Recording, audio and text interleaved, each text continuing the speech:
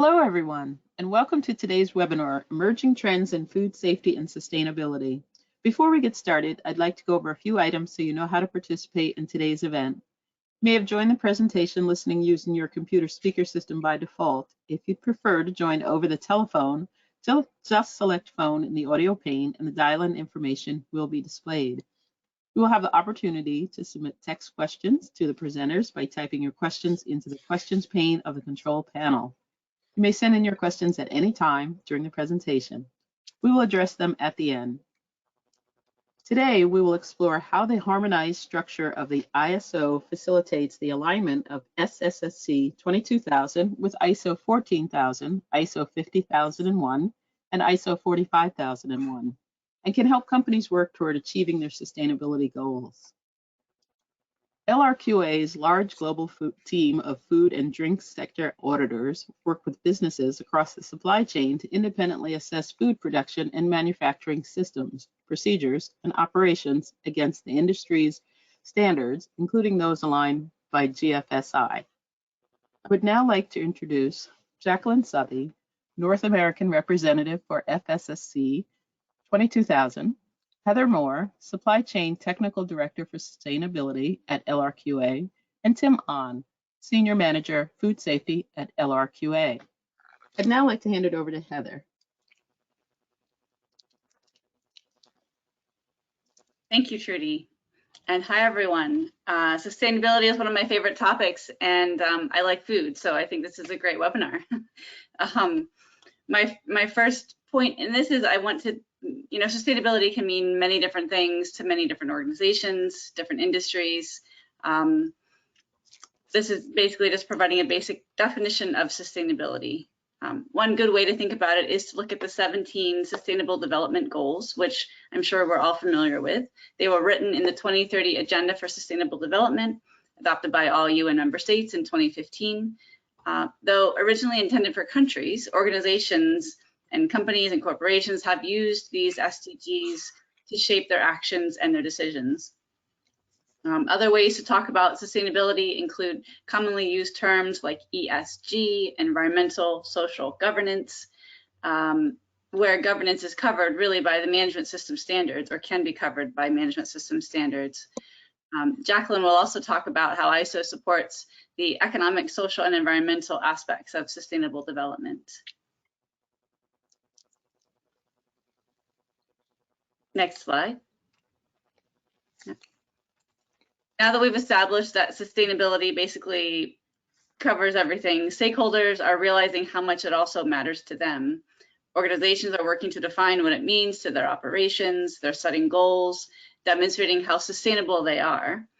It touches every aspect of an organization's operations, from the board level all the way to the plant floor level.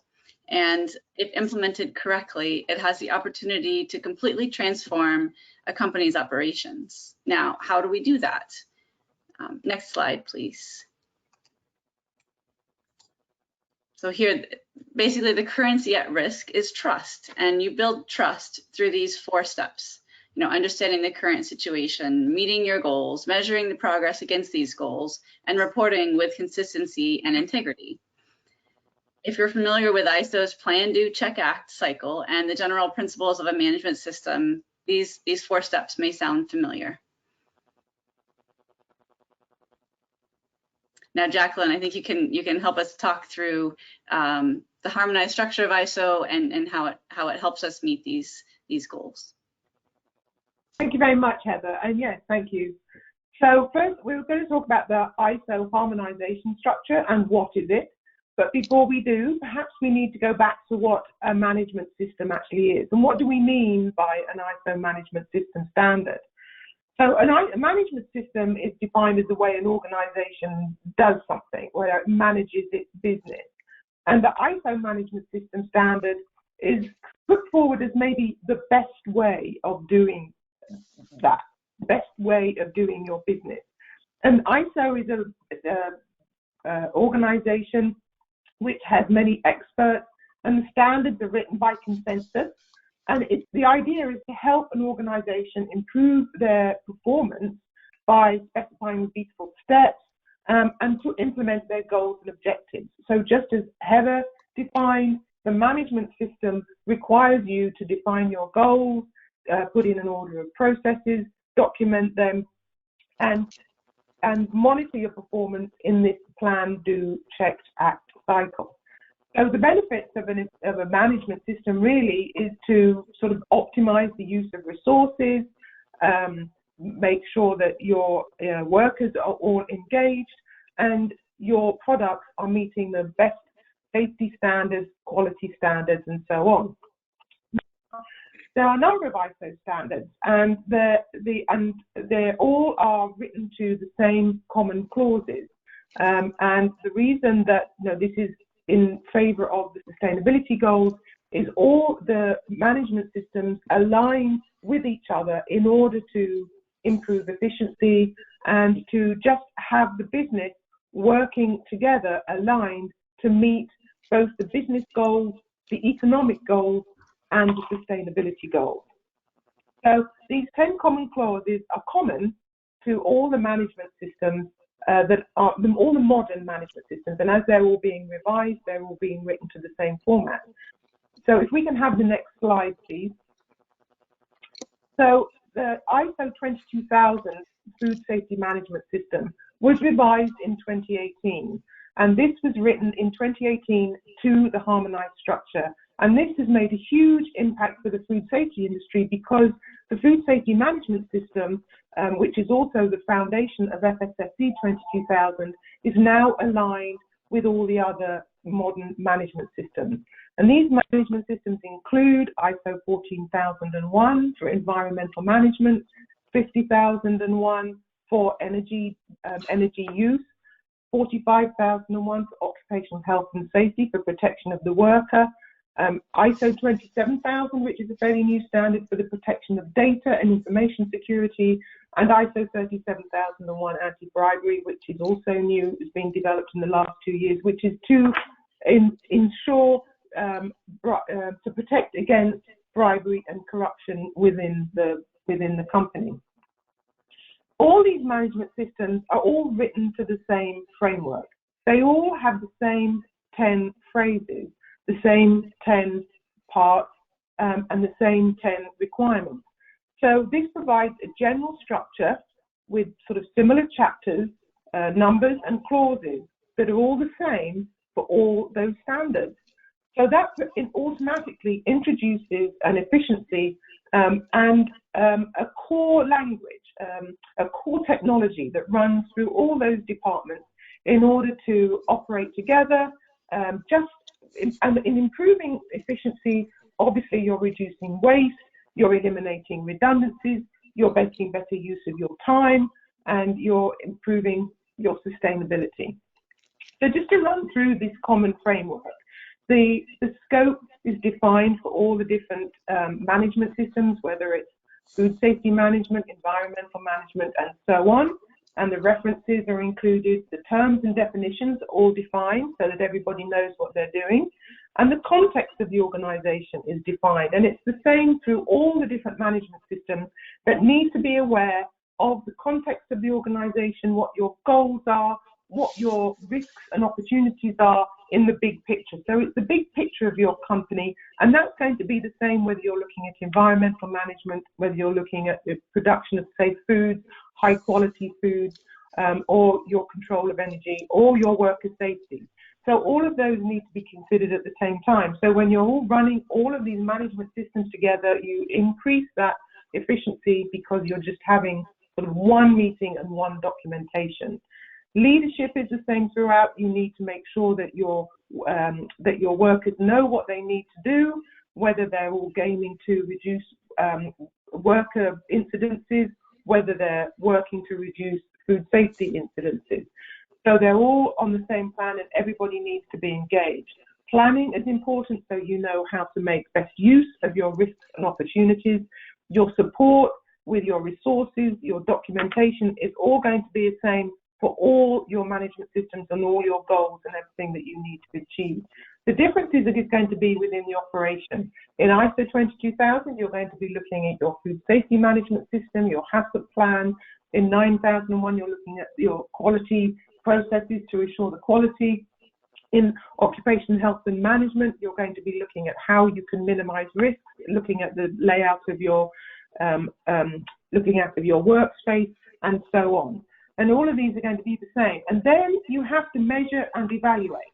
So you need to know how you are making an impression and how these operations are being effective. You measure them, and then you monitor them. You measure them, and then you can improve them.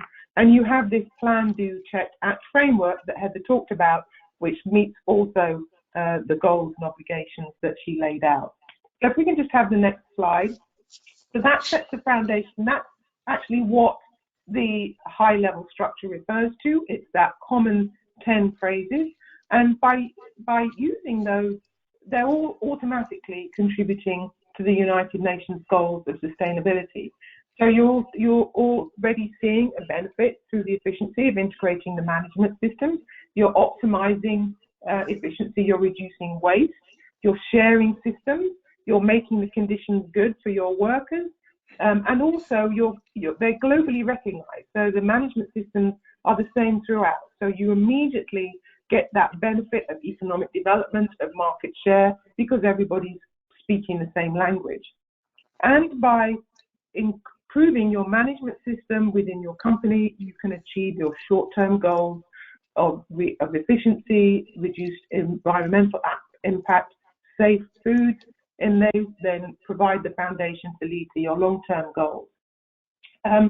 So we talked a little bit about the HLS and how you can integrate those management systems and install them.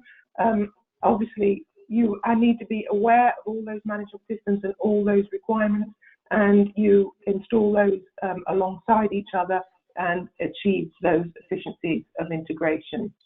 So I reckon I'll just have the next slide, and I think we're going to look at those how those different management systems that I talked about are actually contributing to the sustainability goals.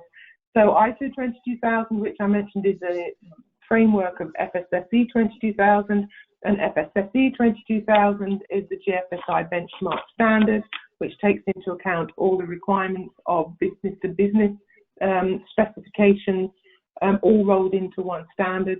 They meet the goals, they're aiming to meet the goals of SDG 2 for zero hunger, SDG 3 for good health by producing safe food, and also responsible consumption by, again, improving those efficiencies and installing that management system for the best way of doing things. 14001 for environmental management is responsible processes to achieve improvement in climate and life on land, sustainable life on land. And again, 50001 SDG 7 for affordable energy, and 45001 occupational health and safety and good work environments throughout. So all of these are operational within a company and also throughout the supply chain. So you can require these, or you can look for suppliers also that are installing these management systems so that you improve the sustainability goals throughout the supply chain. So just moving on and to the next slide. So I think that these are the, as we talked about, the SDG goals of food safety, and I'm going to hand over to Tim, and then we can come back and talk about all the different sort of opportunities of those management systems and how we can apply them across and meet the SDG goals down the road. So over to you, Tim. Thanks, Jacqueline. So food safety is an enabler for achievement of the sustainability goals, and there are 4 specific goals that I'd like to talk about, and talk a little bit about how food safety is used as an enabler for those goals. And in addition, a structured management system through a food safety management system becomes a great framework for being able to move those goals forward and do the achievements that are necessary. Specifically, SDG 1 and SDG 2, which talk about poverty and hunger. I'll talk about that a little bit. SDG 6, which is around the use of water, and then SDG 12, which is around responsible consumption and production, and the change in consumer expectations and behaviors that are really aligned and driving towards more of a sustainable future. To the next slide, please. So food safety management systems enable food safety, and specifically around SDG 1 and 2, which is around poverty and hunger. This is all about food security. You cannot achieve food security without safe food. They go hand in hand. And the purpose of the food safety management system really is to strengthen the capacities throughout the supply chain for business operators everywhere. So what does this mean? Specifically, it's about reducing losses in the food chain.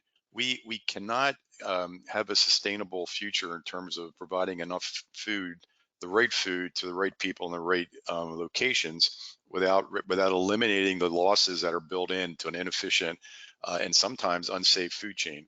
So that's what food safety management systems hope to achieve. And specifically, there's two really key areas. One is around the management of mycotoxins, and the other is the management of pests. And with climate change as a reality, and the changes in the weather behaviors around the world, with too much water in some areas and not enough in the others, you're seeing major impact in terms of the formation of mycotoxins in grains and nuts, which are really fundamental staples for many parts of the world. In addition, along with that, the same thing with the weather and climate changes, you're also seeing changes in insect activity, which also reduces to losses within the food chain. So how do you manage this? It's really about being aware of what those risks are, and then applying the proper control measures to manage that. And that's really what the foundation of a food safety management system is. So food safety management systems enable food security, which address those two key goals around poverty and hunger. Next slide, please. The other area is that food safety is important to maintain food safety while increasing water reuse. So, and this talks about SDG 6, which is around clean water and sanitation. So the use of water is absolutely fundamental to the production of food. And this is in a number of different areas. You can use water as an ingredient.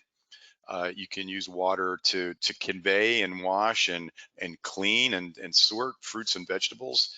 This is very common to use water as conveying systems and transport systems. Water is also used for cooling and heating of food processes.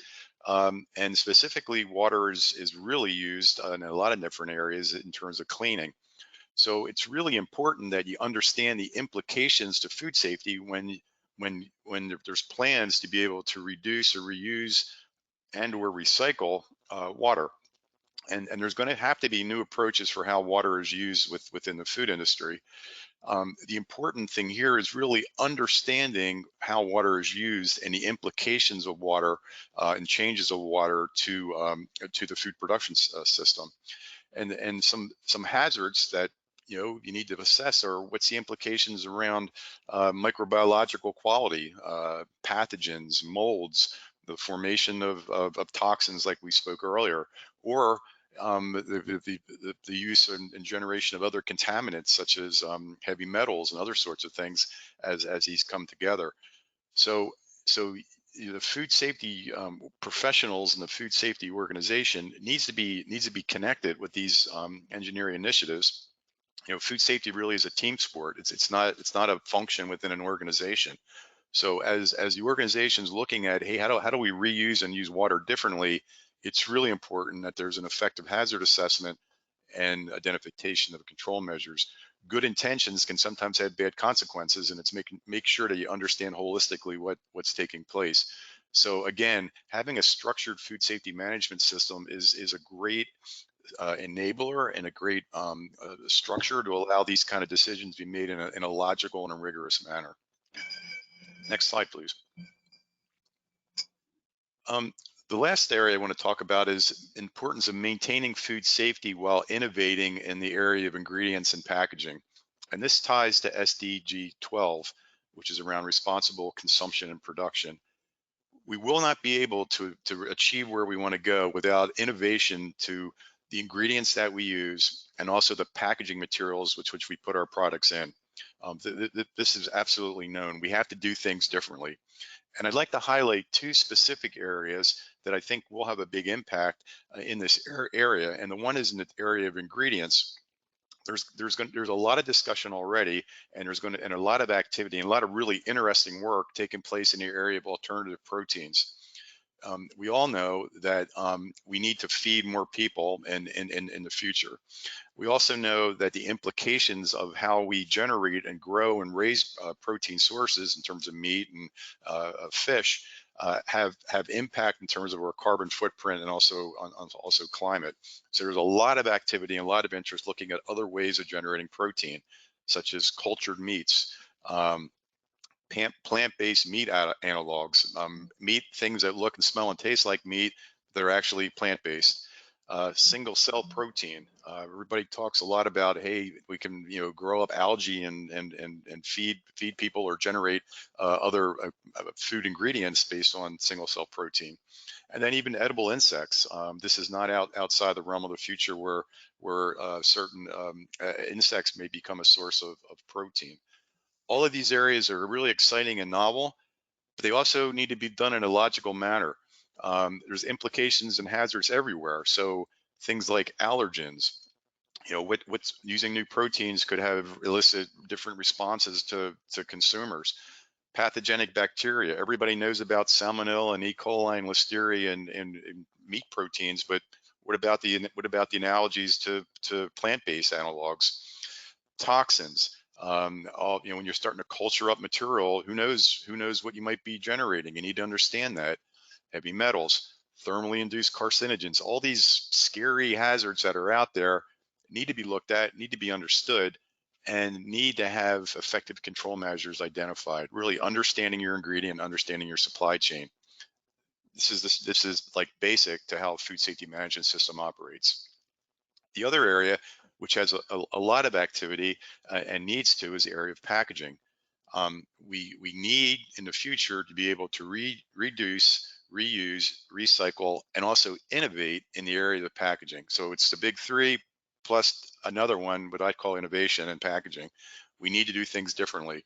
We need to look at, we all know about the implication of plastics into the environment. And plastic components have been a very important part of food safety and food contact packaging, but we're going to need to reassess that moving forward. And as we do that, as we look at things that are more biodegradable, things that are more from plant fibers and natural fibers, we're going to need to go back and understand what's the implication of this to food safety. What's the situation with the migration of contaminants into products when we start to use new structures? What's the suitability of the product contact material or even the secondary packaging to provide safety and structure and protection to food packagings?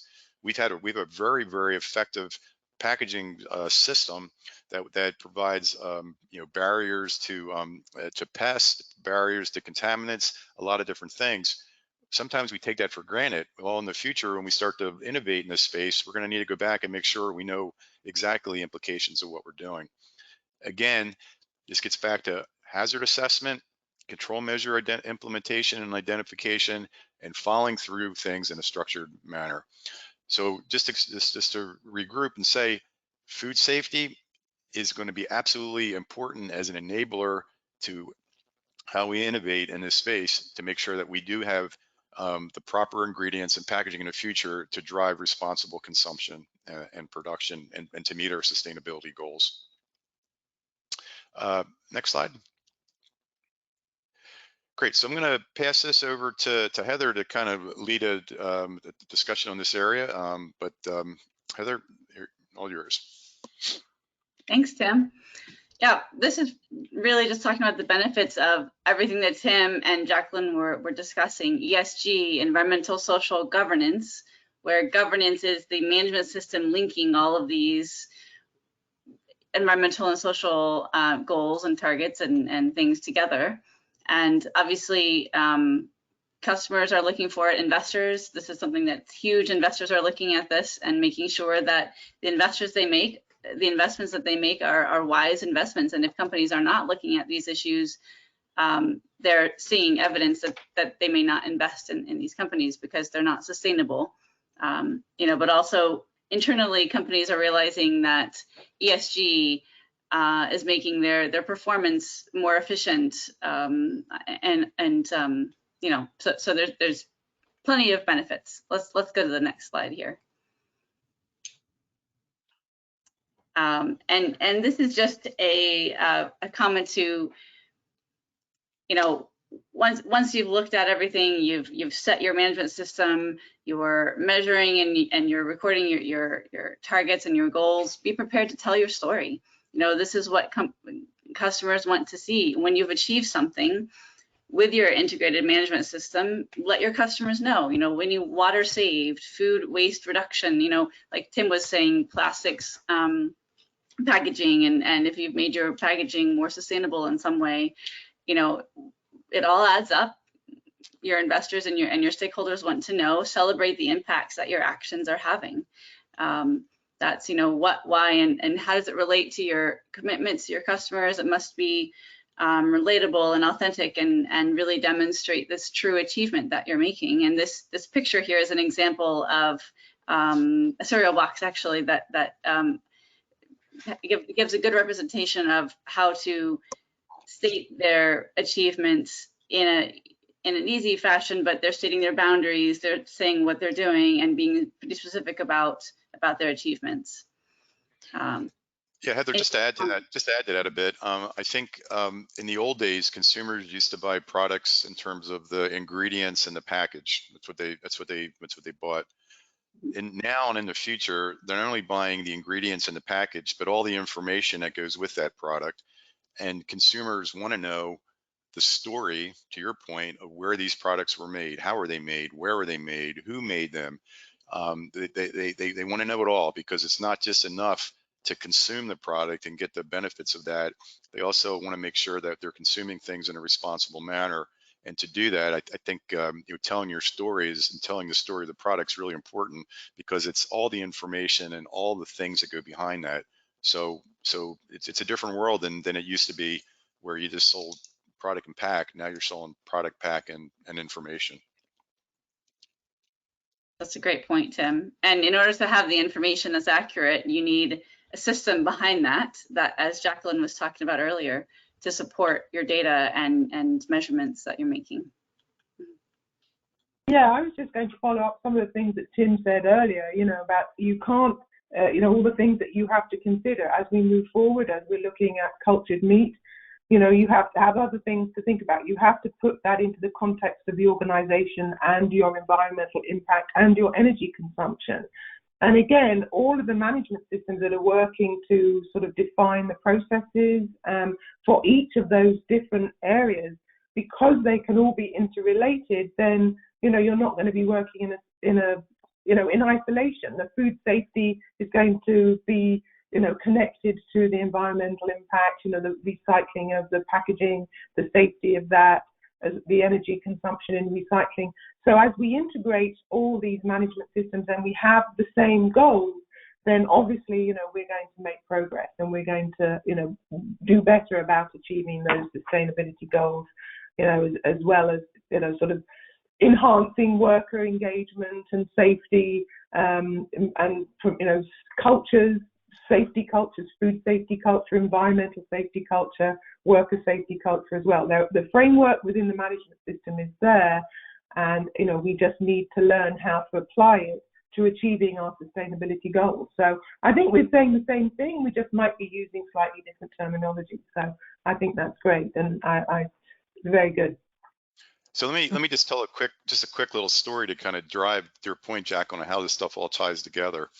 I was at one time in my previous life and work, I was at a factory, and the decision was that there were goals around how to reduce water usage. So an outside consulting company, very experienced in how to use water, came to the site, did a review, and made a decision on we need to reduce water. You know, we need to stop cleaning certain things. And when the food safety team got together and looked at that, they were like, well, what do you mean stop cleaning? We have to clean, right? We have to use this water. But and so there was a lot of tension within the organization trying to figure out how do you balance one versus the other. And at the end of the day, it was all resolved. But the fact that that wasn't kind of known in front of game, right? That people understood why do we actually clean certain things? Why do we do certain things? Why do we just can't assume anymore that, particularly in the area of food safety, that the things that we do are going to be right, are going to be accepted. We have to make sure there's justification so that, to Jacqueline's point and Heather's point, the holistic view of what we do is also looked in the implications. So it's not just an okay to clean and use 3 times as much water as you really need. It's to clean and use the right amount of water that you really need and be able to put these things together. So I think one of the learnings that I've had over the years is that a lot of what we do, we just, in terms of food safety, the fundamentals, we do because we just do it. Right? That's how it's always been.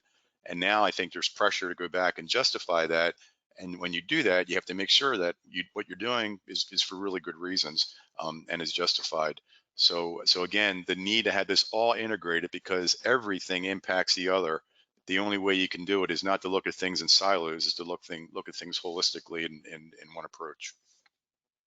And I think a way to incorporate the efficiency in that is, by integrating those management systems. And we go back to clause 4, and everybody needs to consider the context of their organization from their point of view.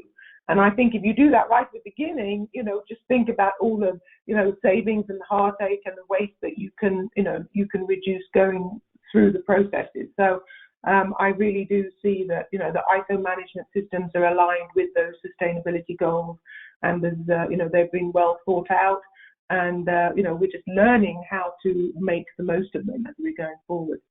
Very good. Excellent. Great example, Tim and Jacqueline. Let's go to the next slide. I think this is just to sum up what we've been talking about. Sustainable food is the future, and basically the success in the companies is not in the claims that you're making, but in celebrating your actions and your impact in a meaningful manner. Any other comments, Tim and Jacqueline, on this? No, I think it just, again, I just think I kind of summarized what we've already been saying, is that you're selling more than the products. You're selling the history and the way that product was made. It also, and I think there's a trust that's expected from consumers and customers, and absolutely needs to be provided by manufacturers to be able to demonstrate that and to provide the traceability, the connectivity, to be able to support that. And you only get that trust when you're able to have things verified, right? So trust but verify. That's sort of the mantra of any any assessor. But it's really important here.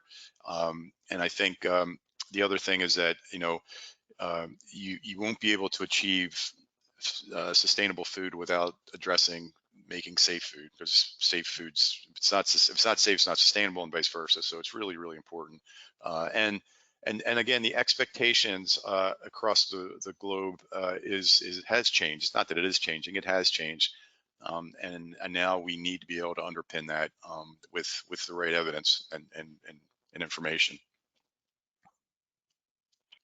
I agree with that, and I think that a sustainable process is a successful process. I think that those are proved as, if you put in a good management system, your efficiency is self-fulfilling.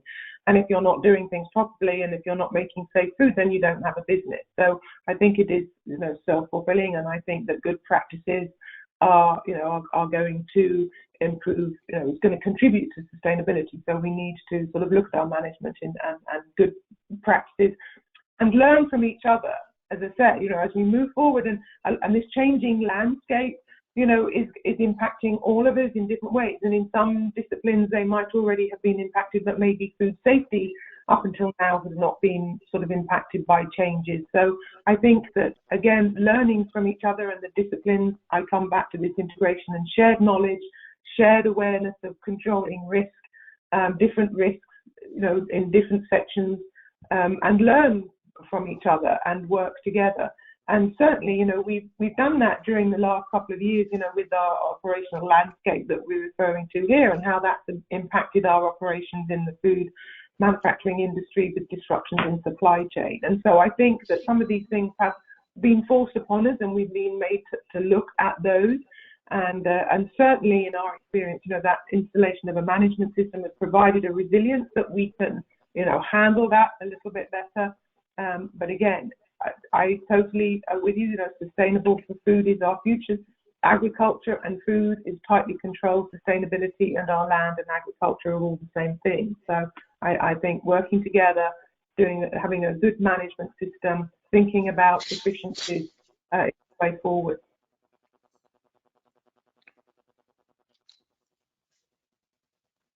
Thank you, everyone. That's been some very good information. We do have time to answer a few questions. One of the first questions we have is, what are a few things you can do to ensure a sustainable food system? So I would probably just come in, and inevitably, I think, you know, having a sustainable food system is to make sure that you follow up on your food safety commitments, and, you know, that you are aware of your risks, you are controlling them, and you know, you are making safe food in the small space and those things that you can control, and ensure that your supply chain is safe. Also, develop a food safety culture. You know, have that culture that encompasses sort of the sustainability and the awareness, and within that food safety culture, you know, that's so important and so much an important part of the management system. In engaging your workers, knowing why everybody is doing something, and knowing and having that sustainability goal in mind, and, you know, again, and probably installing a management system to do things as well as you can. So that's what I would say. How about you, Tim? Yeah, I would just build on that. I think you know, we talk about food safety as being a team sport. When you put together a food safety team, you want to have cross-functional representation and make sure you're looking at this thing holistically. I think it's very important for sustainability. It's a team sport. You need to have representation from all the relevant functions within your organization. So I think it's important that you have food safety professionals, food safety experts in those areas in which you operate. Part of the discussions when you talk about what you're going to do in the sustainability area, to make sure that with good intentions don't end up with bad consequences, and that you have a very good view of everyone in terms of what you're doing. So I think that's important. I think the other thing is, sometimes it's important to get back and understand what exactly you do as a business. And this may sound silly, but go back to the fundamentals and understand, like, how do you actually procure materials? How do you actually manufacture? What are some of the key stakes in the ground that you have, and the things that you build your business off of? Because to really make a dent in this area, you're gonna have to look at everything you do in terms of how it impacts safety and sustainability. And sometimes you're going to need to go back as an organization and reevaluate some of the assumptions that you've made. And so understanding what's really important and what you do will be really important. And again, having this done in a way that has good representation from all the relevant functions within your organizations is very, very important.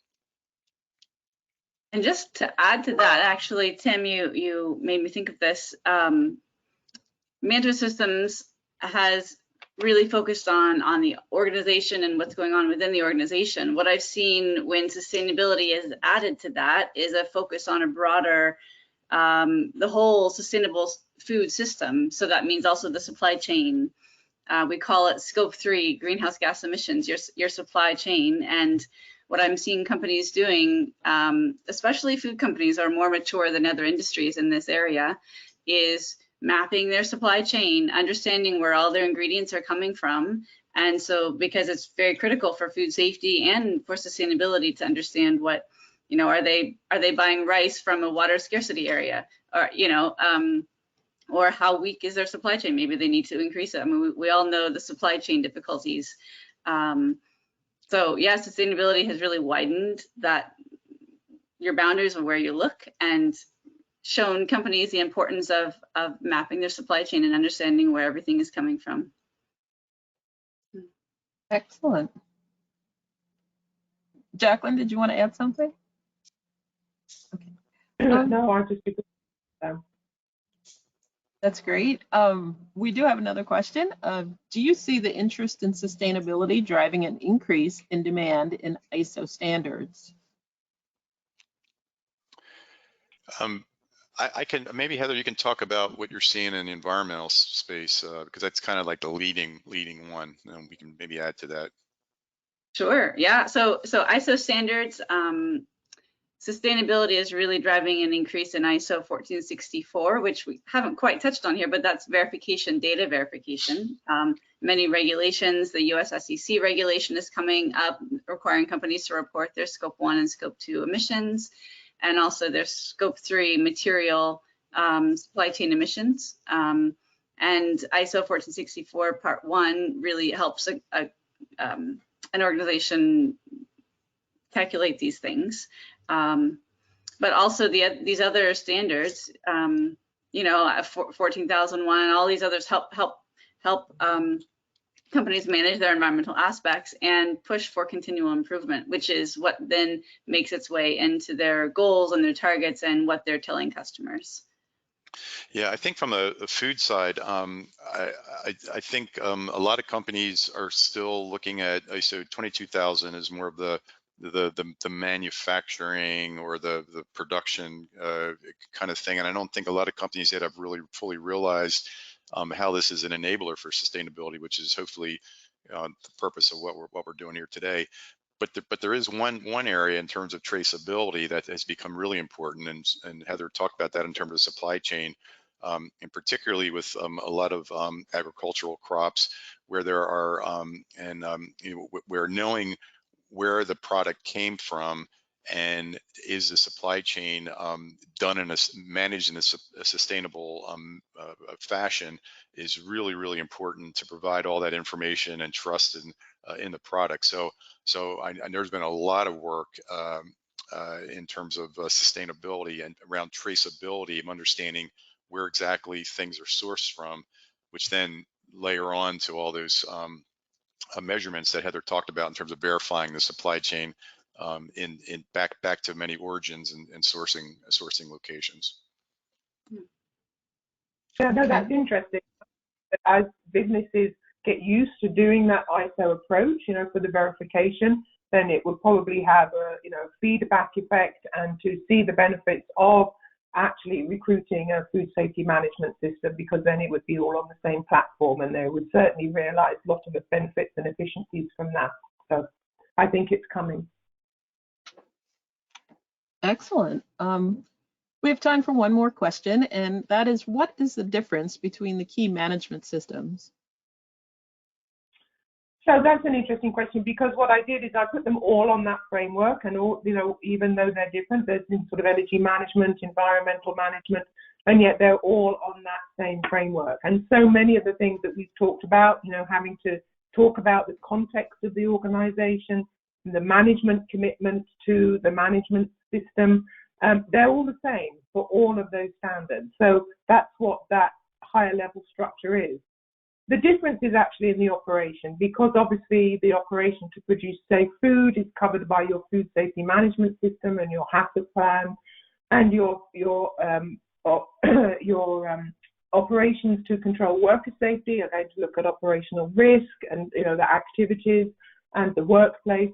So the actual operation of the standards is going to be slightly different, but the way you handle it and the way you consider risk is going to be the same. So there is still many similarities that make it worthwhile to integrate and to operate them side by side, but the difference is in that operation. And I believe that the different disciplines can learn from each other. We've been managing risk in worker safety for a long time, and that we can talk about how we manage risk in food safety and vice versa. So all of those different areas can learn from each other, but the high level structure provides that consistency throughout, and the differences are in the operations.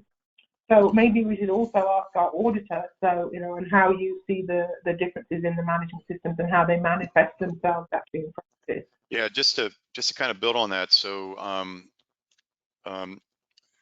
there's four things: plan, do, check, act, right? It's a little circle. Everybody knows about it, right? Plan, do, check, act.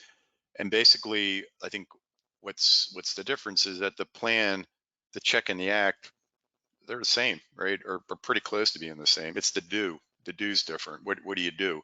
And so when you build a management system and it's integrated, and it's basically looking about plugging in the do, taking the D out and putting a different D in, or having multiple do's based on the scheme that you're looking for, makes it really efficient, because then the framework and the structure is essentially the same. As Jacqueline said, there's 10 elements. You hang them all, basically you plug in the operational or the do thing. So we think about PDCA, the P, the CDA are the same. It's the D that changes the do.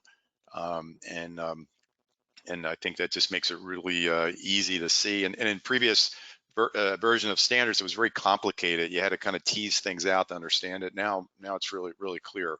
So that's the way I look at it. I don't know, Heather, if you have anything you want to add.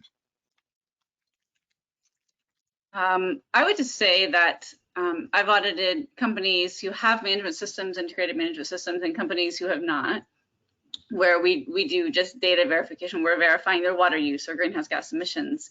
And the companies who have the integrated management systems, they have a common language, they have a common process, they have a common way of doing things. And even if I'm talking with procurement or the internal auditors or people on the plant floor or whoever in the organization, I would say the standards help them communicate in a more efficient way, which is seen through successful verification and perhaps getting through these things easier.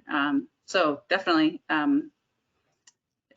there are, yeah, like you said, the differences are in the do, but it creates a common, all these standards create a common language that enable corporations and companies to communicate with each other.